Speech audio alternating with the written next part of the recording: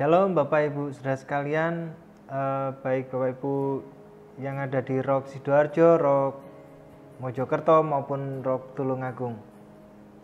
Hari ini kita masuk kembali dalam renungan komsel kita, dan hari ini saya mengajak kita untuk sama-sama merenungkan dari seorang tokoh yang mendapat promosi dari Tuhan ketika bangsa Israel memasuki babak yang baru dari sistem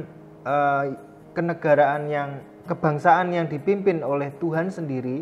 Lalu mereka mulai meminta kepada Tuhan untuk memiliki raja, dan raja pertama inilah yang hari ini kita akan belajar, yang biasa kita kenal dengan Saul. Nah, Bapak Ibu Saudara sekalian, saya ingin membacakan dua ayat yang menjadi dasar renungan kita hari ini. Dari 1 Samuel 15 ayat 26 sampai yang ke-27.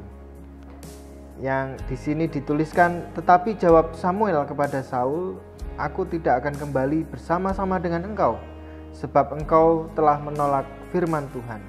Sebab itu Tuhan telah menolak engkau sebagai raja atas Israel." Ayat 27.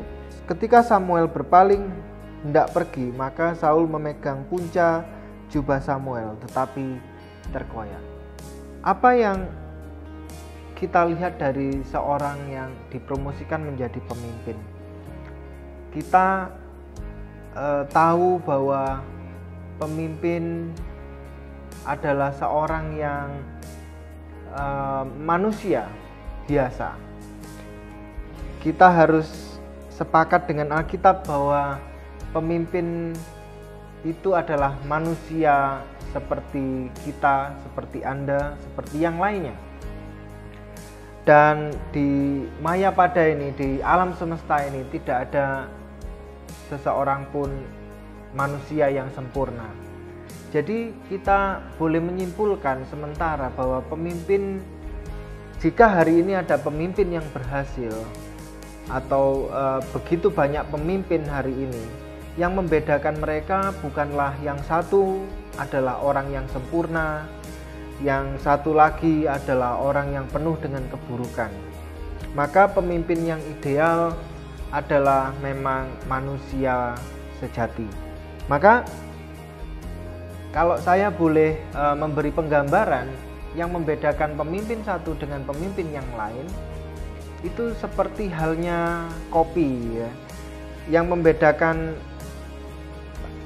pemimpin satu dengan yang lain bukan yang satu isinya gula lalu yang lain isinya kopi saja, yang satu manis lalu yang satu pahit. Tetapi semua pemimpin adalah kopi yang isinya adalah manis tetapi juga ada pahitnya. Maka siapapun pemimpinnya pasti adalah perpaduan antara karakter baik, ya, sifat-sifat baik, sifat-sifat buruk. Nah, tetapi orang mungkin bertanya, kalau memang semua pemimpin sama adalah perpaduan antara baik dan buruk, lalu mengapa katakanlah Yudas tidak diberi kesempatan, tetapi justru Petrus diberi kesempatan? Lalu kenapa Daud jatuh, dia diberi kesempatan untuk bangkit, tetapi tidak demikian dengan Saul? Apa yang membedakan mereka? Nah, Bapak Ibu sekalian, justru disinilah kita akan belajar dari Saul. Saul juga memiliki banyak kelebihan. Yang pertama adalah ketika Saul dipilih pertama kali menjadi raja, dikatakan oleh Alkitab bahwa Roh Allah berkuasa atasnya. Maka Roh Allah menyertainya. Itu di 1 Samuel 10 ayat 6 sampai 7. Dan Saul yang waktu itu paling tinggi di antara kaum Israel, paling menarik di antara kaum Israel. Rupanya dia juga tidak gila jabatan. Ketika dia dinyatakan dipilih untuk menjadi raja Israel, Maka firman Tuhan mengatakan dalam 1 Samuel 9 ayat 21, Saul justru mengatakan, bukankah aku dari seorang Benyamin, suku yang terkecil di Israel, dan bukankah kaumku yang paling hina dari segala kaum suku Benyamin? Maka kita lihat di sini kemurnian Saul ketika dia dipilih. Saul bukan orang yang gila jabatan. Ketika dia dipercayakan, dipromosikan untuk menjadi pemimpin, dia tidak serta-merta menganggap dirinya layak, tetapi dia justru mempertanyakan apakah dirinya itu layak. Lalu yang kedua, rupanya Saul juga punya kelebihan. Dalam 1 Samuel 11 ayat 12 sampai 13, Saul digambarkan adalah pemimpin yang tidak haus darah, ya. Artinya tidak suka membunuh, tidak suka peperangan. Ketika pendukung-pendukung fanatiknya melakukan konsolidasi kekuatan, mengusulkan agar lawan politik Saul dihabisi, disingkirkan, maka Saul mengatakan dalam 1 Samuel 11, mengatakan hari ini seorang pun tidak boleh dibunuh. Maka kita bisa melihat Saul adalah pemimpin yang baik, pemimpin yang memiliki kebaikan. Tetapi di mana masalah dari Saul sehingga dia harus ditolak oleh Tuhan untuk menjadi raja? Masalahnya adalah ketika ada sifat baik dan buruk dari seorang pemimpin, maka seharusnya yang harus diusahakan untuk menang adalah sifat baik. Sehingga seorang pemimpin yang sejati adalah seseorang yang menyadari peperangan abadi dalam dirinya untuk mengalahkan sisi buruk dari hidupnya.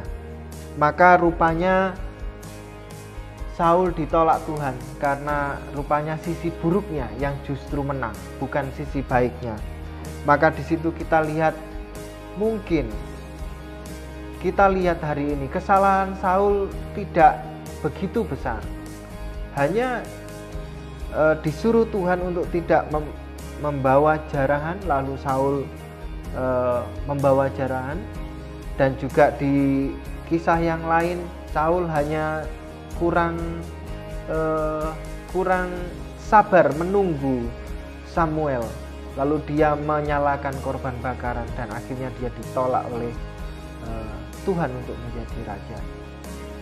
Memang betul kesalahan itu kecil, tetapi kita lihat bahwa ternyata di hadapan Tuhan semua manusia sama, tidak ada kesalahan besar, tidak ada kesalahan kecil.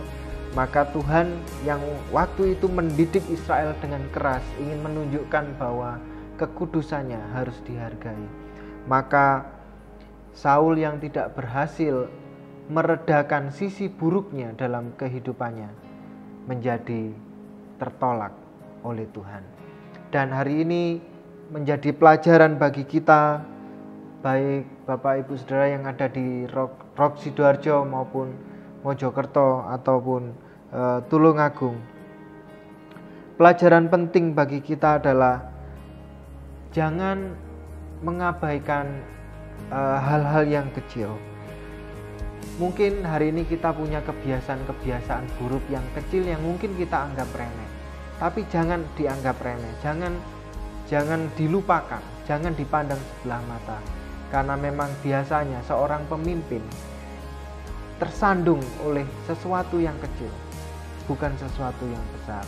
Maka hari ini kita perlu belajar dari Saul. Jika hari ini kita mengalami promosi dari Tuhan, kita mengalami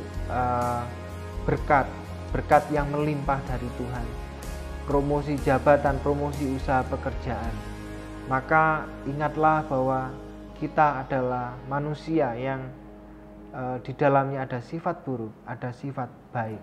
Maka perjuangan yang tidak henti, seperti yang firman Tuhan katakan, latihan ibadah syarat dengan fungsinya. Maka mari kita melatih diri kita untuk melawan yang jahat dan terus memperbaharui yang baik. Doa saya kita semua diberkati Tuhan untuk menjadi pemimpin-pemimpin yang baik, pemimpin-pemimpin yang dipromosikan oleh Tuhan dimanapun sektor kehidupan di mana Tuhan menempatkan kita. Tuhan memberkati kita. Mari kita berdoa bersama-sama. Tuhan, hamba berdoa untuk umat-Mu, untuk anak-anak-Mu di Rock Sidoarjo, Rock Mojokerto, maupun Rock Tulungagung. Tuhan memberkati usaha kami, Tuhan memberkati pekerjaan kami, Tuhan memberkati karir kami, memberkati pelayanan kami, memberkati keluarga kami. Bahkan kami dipakai Tuhan untuk menjadi saluran berkat bagi banyak orang. Dan kiranya kasih karunia Tuhan turun atas kami, sehingga karir kami, pekerjaan, kehidupan kami dipromosikan Tuhan untuk lebih lagi dari hari kemarin.